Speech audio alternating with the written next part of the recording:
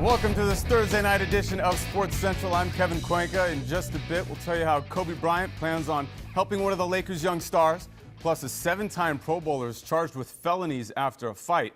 We start at the Riviera Country Club, though. Round 1 of the Genesis Open going down today. Some of the biggest names in golf in town for the PGA Tournament. Unfortunately, Tiger Woods sitting out with back spasms, but the grandson of a legend steps up big time. Early fog causing 2 delays that totaled 70 minutes. Dustin Johnson plays well. His chip on 17 nearly goes in for eagle. He tap in for birdie. Johnson is tied for second after a round of 5 under 66. Phil Mickelson also on 17. His chip does go in for eagle. The lefty's tied for 5th at 4 under 67. And they're chasing Sam Saunders, the grandson of Arnold Palmer, playing his first competitive round at Riviera.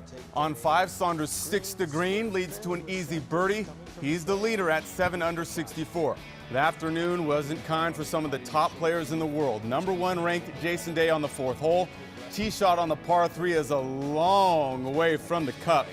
He'd bogey the hole. Day is even through 16 holes. How about Jordan Spieth, fresh off his win at Pebble Beach? Struggles to find his rhythm. Saves par here on 3. Spieth completes 16 holes. He's at 2 under now. Meanwhile, defending champ Bubba Watson looking to repeat.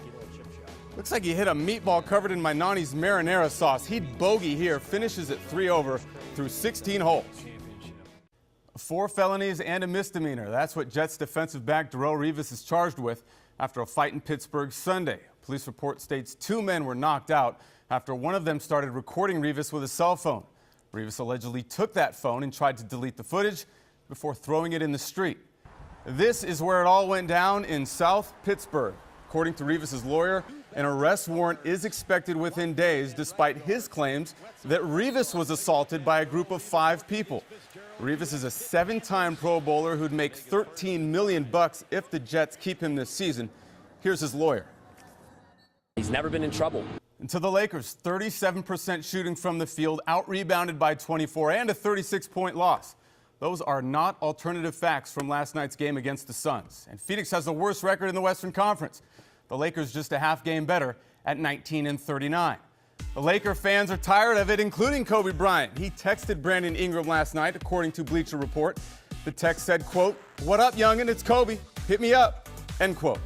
Hopefully that leads to workouts. So far, the rookie's averaging 8 points and 4 boards in 27 minutes a game. It leads us to tonight's Interplex poll question. With Kobe's help and borrowing his helicopter, can Brandon Ingram improve his game? Yes or no? To vote, visit our website, cbsla.com. Meantime, Clayton Kershaw and the rest of the Dodgers pitchers and catchers with their first official workout today in Phoenix. The pitching staff notched a 3.7 ERA last year, ranking 5th in the majors, throwing a career-high 47 saves from Kenley Jansen. And you have a group that helped the Dodgers win a 4th straight division title, and they're making sacrifices to chase a 5th. Just the unselfishness. Time for a break. When we come back, the Ducks and the city of Irvine teaming up for the good of the game.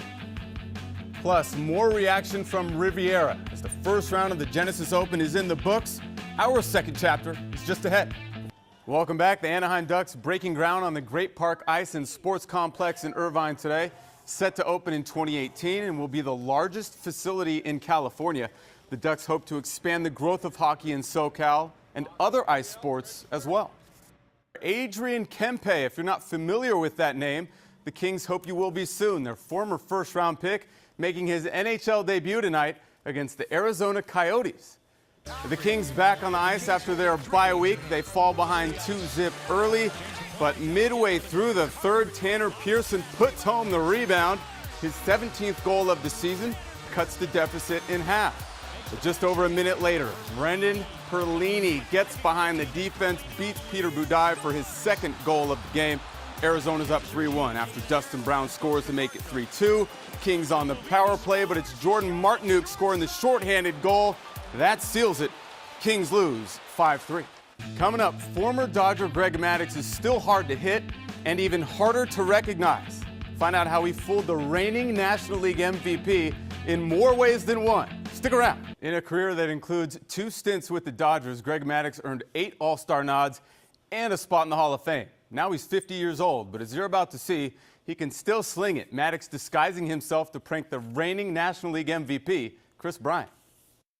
Hi, I'm Greg Maddox, and I'm here in Las Vegas, and I'm going to attempt to pull a prank off on Chris Bryant. Here, hold this. I throw it to kids all the time, dude.